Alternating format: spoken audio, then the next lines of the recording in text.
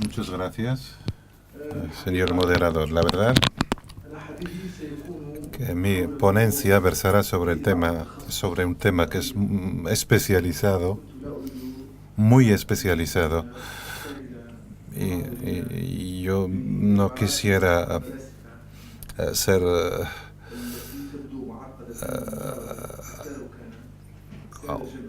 utilizar términos especializados de filosofía. He elegido el tema de la ilustración y no ha sido por casualidad, porque hay una tesis actual que dice que el impasse del Islam, porque todos estamos de acuerdo que en el Islam vive un impasse, es debido a un gran foso, y es que el Islam no ha atravesado la etapa de la ilustración atravesada por las tradiciones judaica y cristiana. Y por tanto, la crisis del Islam radica concretamente en esta distancia intelectual histórica, la que se refiere a la ilustración. Los que más repiten esto son los propios musulmanes, en tesis múltiples y que se han multiplicado aún más en los últimos años. No voy a hablar de ilustración, es un tema amplio, complejo, pero se puede destacar tres tendencias importantes o principales en la ilustración europea y su relación con el problema del Islam hoy. Como se sabe, hay tres movimientos de ilustración. Hay una ilustración religiosa que apareció en Alemania en el marco de este enorme proyecto iniciado por Kant y su filosofía de la religión, pasar al concepto de la religión como ética.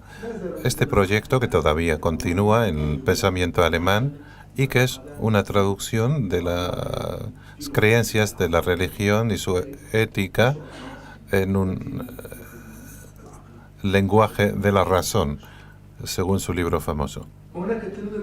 También está la ilustración inglesa, que fue política por excelencia, y destacó en el proyecto de el paso del Estado religioso al Estado moderno, el Estado contractual, convertir el Estado en religión, según dice Hobbes, convertir los sentimientos religiosos como obediencia y el temor a Dios, convertirlo en el temor al Estado. Después tenemos la ilustración filosófica francesa, que se basó en la idea de buscar unas alternativas a la religión a nivel doctrinal y a nivel también de la gestión de la sociedad, o sea, el laicismo. Son observaciones muy breves, porque las grandes problemáticas planteadas por los intelectuales musulmanes a nivel de la reforma religiosa y política y también la reforma filosófica, porque o la reforma de la teología en el Islam. Esta tesis se basa en dos principios que voy a criticar. El primer principio es que la teología cristiana tiene la capacidad de autoproducir un movimiento de ilustración, tanto a nivel político como teológico.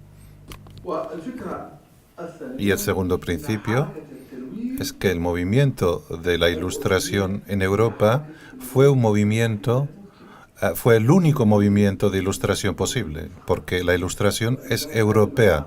Y este proceso que ha atravesado la cultura europea es el único proceso posible. El primer principio, que es el más complejo,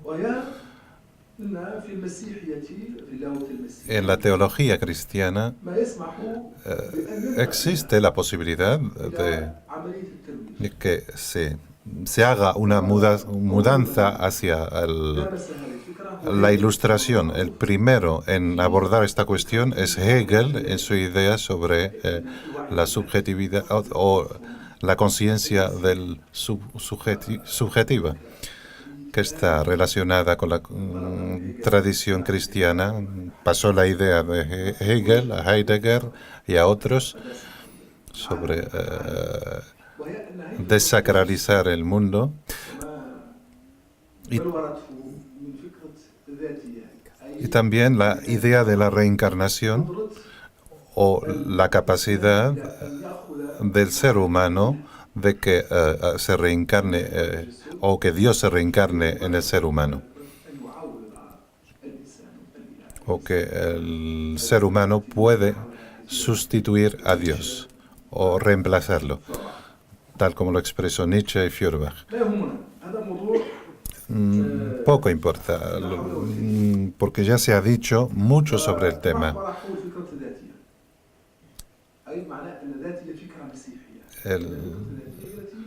Esta idea que permitió la aparición de todas las ideas de la Ilustración, partiendo de la conciencia del yo. Y esta idea ha sido debatida en los últimos años profundamente y se puede señalar dos cosas. La primera es Alain de Libera, que es un especialista en la filosofía islámica y cristiana antigua, y escribió una obra ingente, lo que él llama la arqueología del sujeto, y siguió la idea de la modernidad y llegó a la conclusión de que la modernidad no es cierto que era un producto del cristianismo desde su propia teología, sino que se produce en el marco de una crisis interna del cristianismo. Esta crisis sobre la relación entre la esencia y el sujeto. Y considero que todo el debate está entre los teológicos y Averroes, y que la idea del sujeto no apareció en Descartes, sino en el marco de una crisis, el paradigma.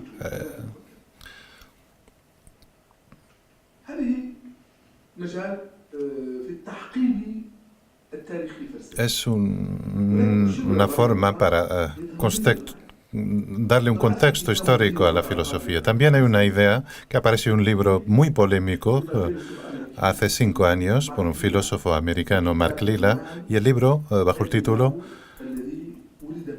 El Dios que murió muerto.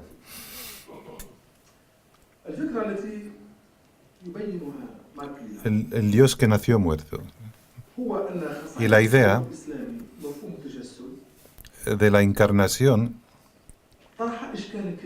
ha planteado un gran problema entre 3 tipos de teología cristiana. No fue solo un tipo de teología.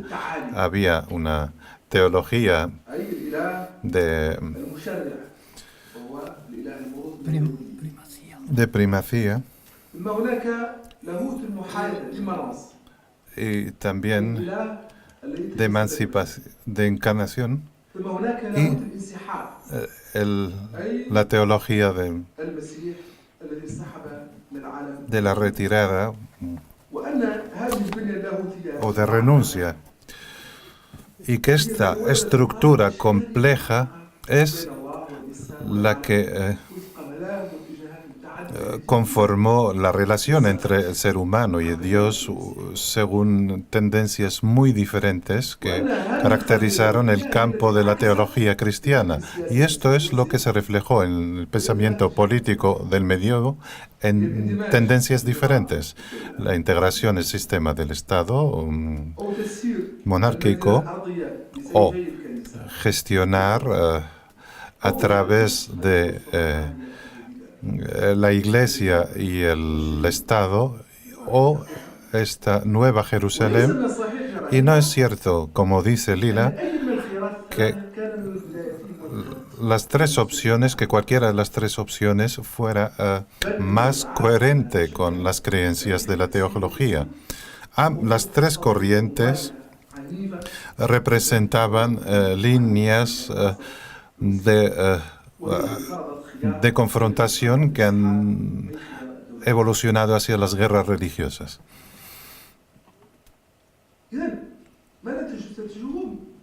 Lo que se puede vislumbrar de este debate teológico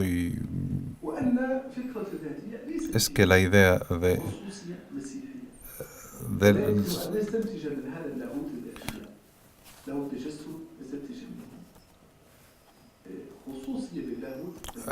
no es una característica de la subjetividad, no es una idea.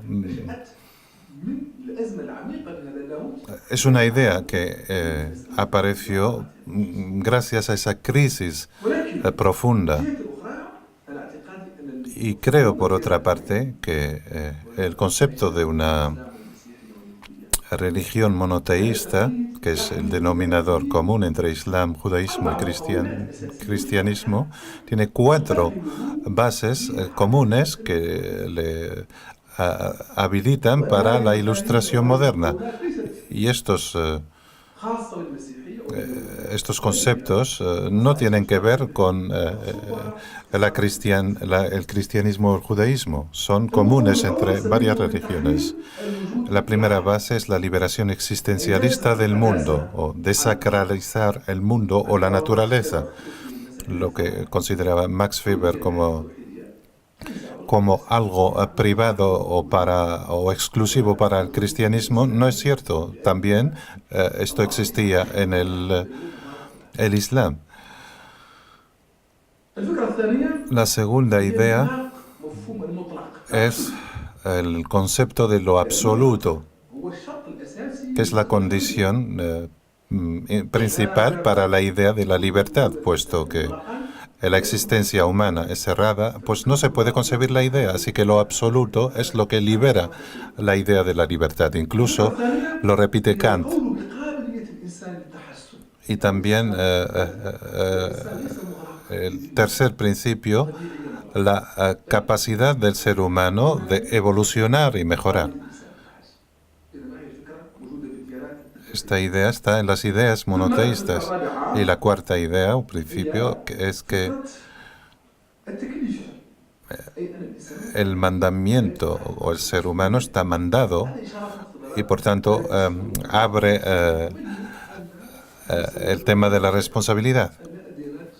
Las tres religiones acuerdan o están de acuerdo en esta estructura profunda teológica que permite una plataforma nueva para la ilustración.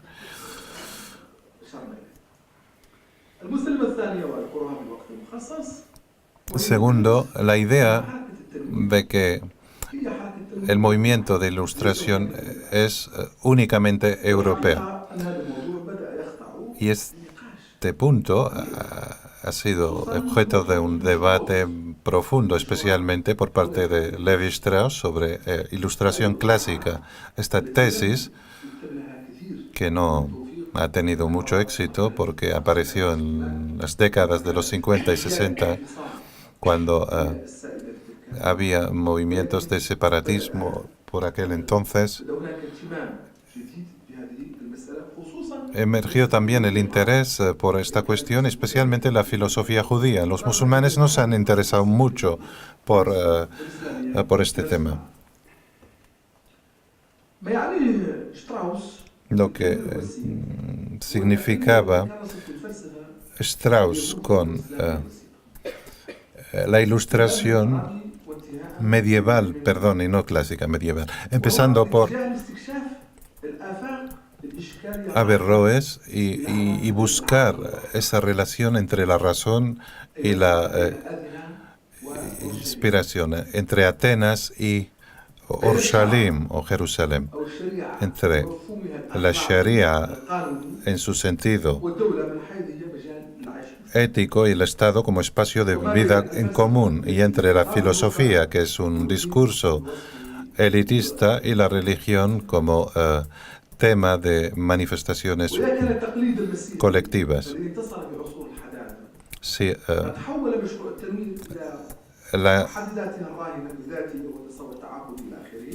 sí, llegamos al concepto contractual y la separación entre religión y el Estado. Esta tradición ha abortado un movimiento de ilustración contraria, porque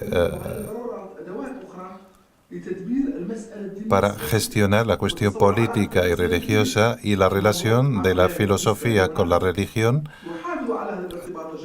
que hace preservar, que preserva la fe y la razón. En su crítica a la ilustración clásica,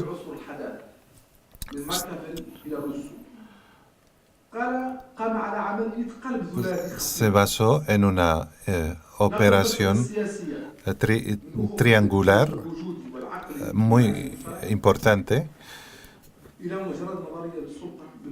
ya que ha pasado a una teoría del poder y trasladó la filosofía ética de la utopía, que pasó a ser solo una gestión de intereses, y trasladar la filosofía de la naturaleza a una constitución, un establecimiento histórico de la razón.